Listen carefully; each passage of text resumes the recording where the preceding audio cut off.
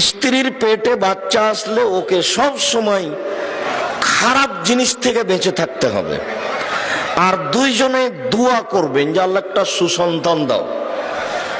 দোয়াই এমন ক্ষমতাধর একটা ব্যবস্থাপনা যে 50,000 বছর আগে, পৃথিবী সৃষ্টির 50,000 বছর আগে যেটা লেখা হয়েছে, আপনার মায়ের পেটে যেদিন আপনি 4 মাস 340, সেদিন যেটা লেখা হয়েছে দোয়ার মাধ্যমে ওটাকে আল্লাহ কেটে দিয়ে নতুন ভাবে লিখে দেন।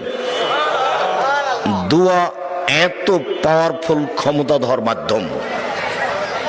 রাসূল সাল্লাল্লাহু আলাইহি ওয়াসাল্লাম বলছেন দোয়ার মাধ্যমে মানুষের তাকদীর পরিবর্তন করা হয়।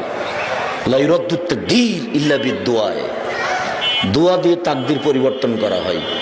পেটে বাচ্চা এসেছে, দুইজনই কান্নাকাটি করেন, আল্লাহর কাছে একটা সুসন্তান চাইতে থাকে।